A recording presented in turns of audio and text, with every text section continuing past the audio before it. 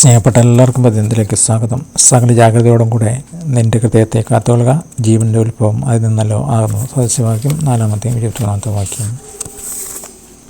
നമ്മുടെ ഏറ്റവും ദുർബലമായ ഭാഗത്തെ നമ്മുടെ ഹൃദയത്തെ സംരക്ഷണയെക്കുറിച്ച് ശലോമോൻ നമ്മെ പഠിപ്പിക്കുന്നു. അവൻ്റെ ഹൃദയത്തെ കാത്തു സൂക്ഷിപ്പാൻ അവൻ തൻ്റെ മകനോട് നിർദ്ദേശിക്കുന്നു. കാരണം ജീവൻ്റെ ഉത്ഭവം അതിൽ നിന്നല്ലോ ആകുന്നു. സദസ്യവാക്യം 4-ാമത്തെയും 23-ാമത്തെ വാക്യം.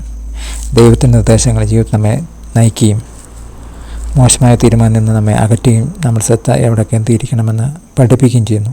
അവൻ്റെ നിർദ്ദേശങ്ങൾ ശ്രദ്ധിച്ചുകൊണ്ട് നാം നമ്മുടെ ഹൃദയത്തെ സൂക്ഷിക്കുകയാണെങ്കിൽ നാം നമ്മുടെ കാലത്തിന്മേൽ നിന്ന് വിട്ടകലുകയും ദൈവത്തോടൊപ്പമുള്ള നമ്മുടെ യാത്രയിൽ ഉറച്ചു നിൽക്കുകയും ചെയ്യും. നാം എല്ലാ ദിവസവും ശത്രുരാജ്യത്തിൽ സഞ്ചരിക്കുന്നു. എന്നാൽ ദൈവത്തിൻ്റെ ജ്ഞാനം നമ്മുടെ ഹൃദയങ്ങളെ കാത്തു സൂക്ഷിക്കുന്നതിനാൽ ദൈവത്തിൻ്റെ മഹത്വത്തിനായി നന്നായി ജീവിപ്പാണ് നമ്മുടെ ദൗത്യത്തെ ശ്രദ്ധ കേന്ദ്രീകരിക്കാൻ നമുക്ക് കഴിയും.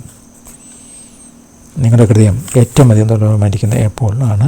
ദൈവത്തിൻ്റെ ജ്ഞാനം നിങ്ങളെ എങ്ങനെ സംരക്ഷിക്കും? പ്രാർത്ഥിക്കാം. ദൈവമേ, എൻ്റെ ഹൃദയത്തിൻ്റെ നേരെ ഭീഷണികളിൽ നിന്ന് എന്നെ സംരക്ഷിച്ചാലും അങ്ങനെ ഞാൻ മറയട്ടെ. താങ്കൾ ഗോഡ് ബ്ലെസ് യു. പുതിയ ദിവസം പുതിയ അനുഭവങ്ങൾ അതേ നേക്കട്ടെ. God bless you in Jesus name. Amen.